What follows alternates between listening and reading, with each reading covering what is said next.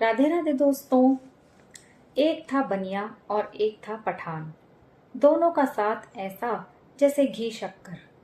पर किसी बात पर हो गई दोनों में अनबन, और अनबन भी ऐसी कि मुंह पर तो मीठे मीठे, लेकिन अंदर अंदर एक दूसरे की खाल खींचने को उतावले।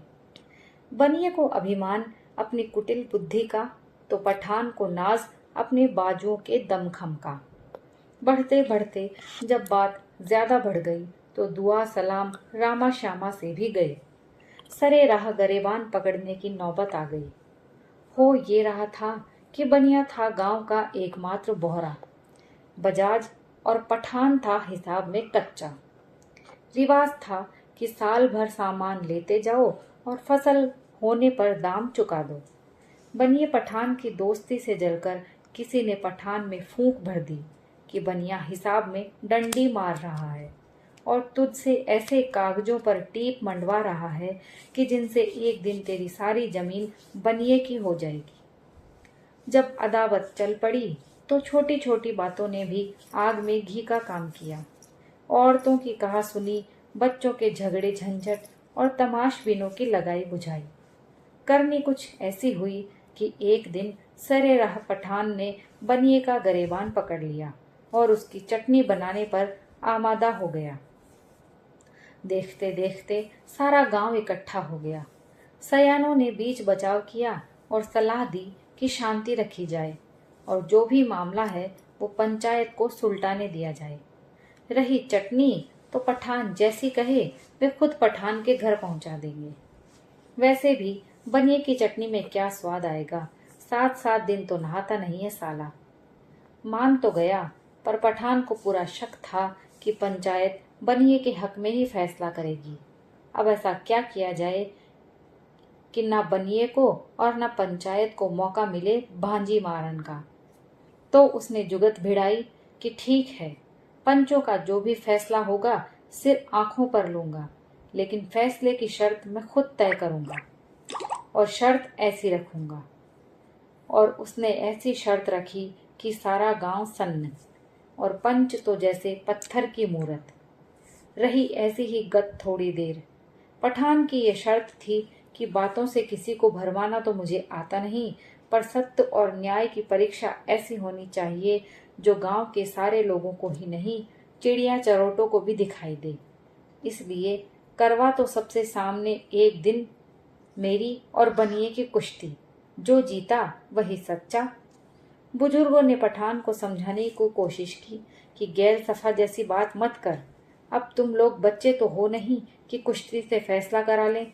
सोचो, अगर अच्छे लगोगे गांव भर की बेयर जनानियों, बहुओं, बेटियों के आगे लंगोट लगाकर खम ठोंकते। पठान कुछ देर चुपचाप सुनता रहा। लगा कि समझ रहा है। उस जमाने में फिल्मों का चलन तो था नहीं, लेकिन फिर पठान ने ठेठ आजकल की फिल्मों के अंदाज में हवा में अपने बाजू उठाए और हुंकार भरी। अब तो इस बात का फैसला कुश्ती के अखाड़े में ही होगा। पठान की ललकार इतनी थिएटराना थी कि वहां जमा छोरों छकारों ने भी इस बात पर तालियां पीट दी। पीट क्या दी, उनसे पिट गई। मुफ्त का इतना बड़ा तमाशा कौन छोड़े। अब बनिए के मुंह में तो जैसे दही जम गया। कुछ देर की अफरा तफरी के बाद आखिर एक बुजुर्गों के भी बुजुर्ग ने फिर पठान को समझाने की कोशिश की। रे पठान, इस तरह तो आज तक कोई फैसला नहीं हुआ है। कैसे नहीं हुआ? पठान बोला। राजा फलान सिंह के जमाने में नहीं हुआ था, जब वजीर खजाना पर रानी के साथ बदफैली का इल्जाम लगा था? सेनापति ने। और बताऊं? बोलो। राजा ढिकान सिंह के जमाने में नहीं हुआ था, जब लोटन खवास और पीरू भिश्ते के बीच खेत में डंगर हाँकने का मसला आया था? वो जमाना अब नहीं रहा रे पठान। पर तुम हो तो भीष्म पितामह, क्या तुम भी नहीं रहे? अब इस बात का कोई क्या जवाब देता। तभी अचानक सबको चैकते हुए बनिया दोनों हाथ हवा में उठाकर आत्मसमर्पण की सी मुद्रा में बोला, मुझे मंजूर है। मुझे पठान भाई की शर्त मंजूर है। सारा गांव फिर सन्न, पंच जैसे पत्थर की मूरत। ये क्या कह रहा है बनिया? बावला तो नहीं हो गया? कहाँ वो 6 फुटा जबरगंज सांड सा पठान, और कहाँ ये पिलपिले आटे का थुल थुल धोत। लगता है अपनी चटनी ही बनवा कर छोड़ेगा, फिर उसका स्वाद चाहे जैसा भी हो। बनिया हाथ जोड़े जोड़े पठान के सामने आया और बोला, पठान भाई, मुझे तुम्हारी शर्त मंजूर है।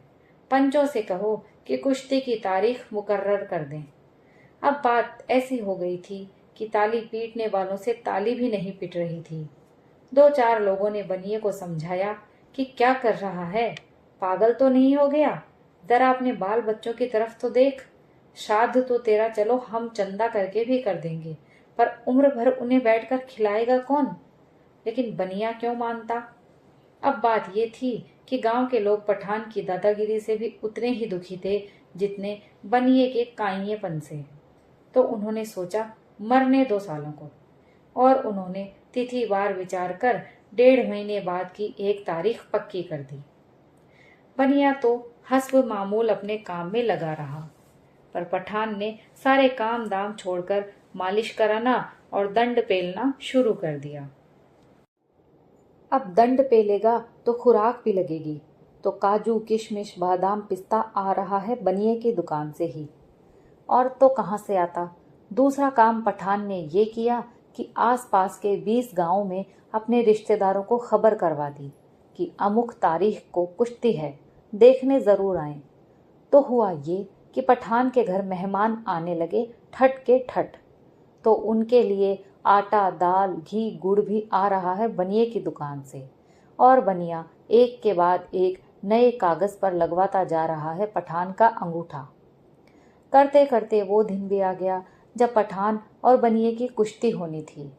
गांव से जरा हटकर खुले मैदान में खोदा गया अखाड़ा और बजने लगे ढोल।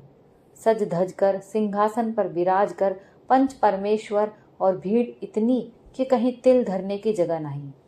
शोरगुल इतना कि खुद अपनी आवाज भी सुनाई ना दे।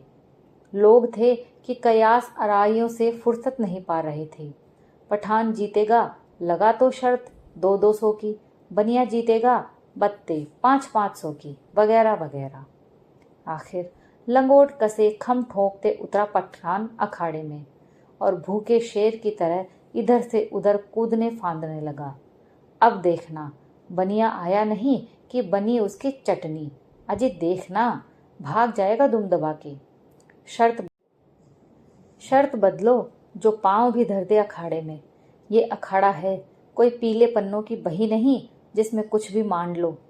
यहाँ तो जो डंके की चोट है। अरे नहीं भाई, उसने भी कुछ किया है तो सोच समझकर ही किया है, उसे सीधा मत समझो। जन्म का टेढ़ा है, जरूर कोई दांव सीख कर आया होगा जिसकी काट पठान नहीं जानता। अजी छोड़ो, कहाँ से दांव सीख कर आएगा, उसकी 7 पुश्तों में लड़ी है किसी ने कुश्ती। ये बातें चल ही रही थी कि भीड़ के बीच से बनिया प्रकट हुआ। पगड़ी उतारी, कुर्ता उतारा, जूती उतारी, धोती का कछोटा बांधा और अपनी थुल थुल काया लेकर अखाड़े में कूद पड़ा। दर्शकों की ऊपर की सांस ऊपर और नीचे की सांस नीचे। पंचों का इशारा हुआ। दोनों पहलवानों ने खम ठोके और पंजे फैलाकर एक दूसरे की तरफ बढ़े। पंजे लड़ाए और सिर जोड़े। बस यही वो पल था जब कुछ भी हो सकता था। बनिए ने पठान की आंखों में आंखें डाली और बोला, 1000 अशर्फियां चाहिए सोने की। जोड़ी पंजी भिड़ाए अखाड़े में गोल गोल घूम रही थी। ढोल नगाड़े पूरे जोश से बज रहे थे। दर्शक सन्न थे कि पठान भौचक कि ये साला बनिया इस समय बातें क्यों कर रहा है, चाहता क्या है, रहम की भीख तो नहीं मांग रहा। बनिया फिर मुस्कुराकर बोला, तेरी सारी जमीन छोड़ दूंगा और 1000 अशर्फियां ऊपर से दूंगा सोने की, बोल चाहिए। पठान समझा पर चुप रहा। ये सारा हाथी की लीद मुझे समझता क्या है, मौत सामने देखकर नानी मर रही है। 1000 क्या बोला, अशर्फी 1000, वो भी सोने की। बनिया फिर मुस्कुराकर बोला, मैं लंगे लगाऊंगा तो चित्त हो जाना, कुछ देर तड़पना और फिर बस 1000 अशर्फी तेरी सोने की। मुकर गया तो? पठान ने पूछा। जान प्यारी है कि नहीं मुझे, मुकर जाऊंगा तो तू छोड़ेगा? बस उसी पल चमत्कार जैसा हो गया बनिए ने लंगी लगाई और पठान हवा में उछलकर अखाड़े की मिट्टी में चित्त पड़ गया। कुछ देर तड़पा और ढेर हो गया। बनिया उछलने लगा, उससे ज्यादा उसकी तोंद। दर्शक उत्तेजना और अविश्वास से पागल। क्या हुआ, क्या हुआ? सब एक दूसरे के कंधों पर चढ़ने लगे, धक्का मुक्की अच्छी तरह देख लेने के लिए। भगदड़, धूल, शोर, गुल गपाड़ा। बनिए पर दांव लगाने वालों की पौबारा, शाबाशियां और जय जयकार। करीब महीने भर बाद पठान पहुंचा बनिए की गद्दी पर और एकांत देखकर बोला, हाँ जी, मेरी अशरफियां। बनिए ने बहाना मारा कि आज तो बहुत काम पड़ा है। तू ऐसा कर कि 15 दिन बाद आ जाना। 15 दिन बाद बोला कि आज तो मैं बाहर जा रहा हूँ, ऐसा कर 15 दिन बाद आ जा। 15 दिन बाद बोला कि देख, यहाँ तो ठीक नहीं रहेगा, मैं ऐसा करता हूँ कि महीने भर बाद तेरे घर ही पहुँचा दूंगा। 1 महीना बीत गया। उसके बाद बोला, तू कल दोपहर मेरी गद्दी पर ही आ जा। गद्दी पर आया तो दरवाजा अंदर से बंद कर लिया और बोला, ये बता, तू कुश्ती लड़ना जानता है? ये भी कोई पूछने की बात है? पठान तुनक कर बोला, मुझे तो नहीं लगता कि तू कुश्ती लड़ना जानता है। अरे कैसे नहीं जानता? जानता है तो बता, तुझे कौन कौन से दांव आते हैं? पठान को जितने दांव आते थे सब उसने गिना दिए। लंगी, घिस्सा, गर्दनिया, कलाई तोड़, धोबी पाट, रान बंदी और भी कितने ही। बनिया आंखें मूंदे सुनता रहा, फिर बोला, और क्या? और नहीं आता? ये तो मुझे भी आते हैं, बनिए ने कहा। पठान क्या बोलता, और तो उसे कोई दांव नहीं आता था। दिमाग पर जोर डाला पर कुछ सूझा ही नहीं। तब बनिया बोला, मुझे एक दांव और आता है। पठान ने पूछा, कौन सा? बनिए ने कहा, कान दांव। तुझे आता है?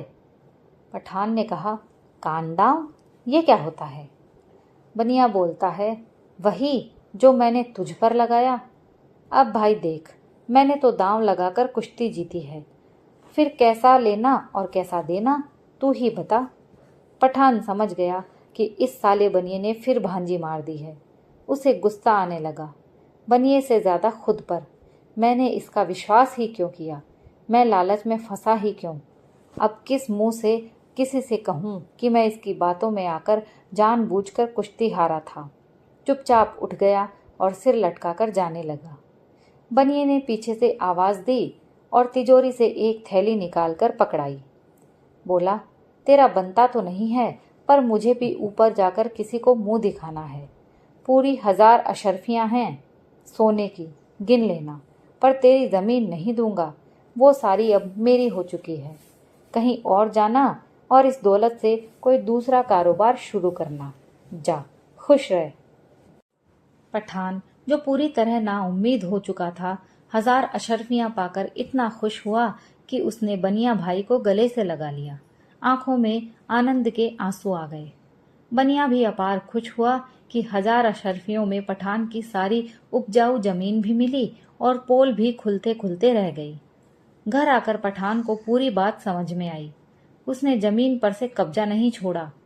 करने दो उसको पंचायत, इस बार फिर कुश्ती करवाऊंगा। आखिर ये तय हुआ कि जमीन बनिए की ही रहेगी, पर खेती पठान करेगा।